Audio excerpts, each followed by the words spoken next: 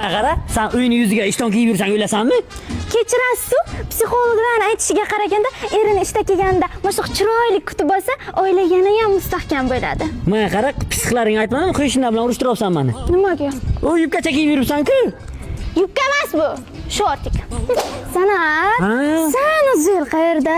Sanuzel ana, Sanuzel bilmasa ham Lagan Chauzel. Nima qilaman buni? Kim bilasan? Menga qarang, Tavus kasal. Nimaga? 3 kundan beri joyidan turmayapti. Nima qilibdi? Yotibdi. Ha, u 40 kun yotadi. Nimaga? Xo'roz bosganda.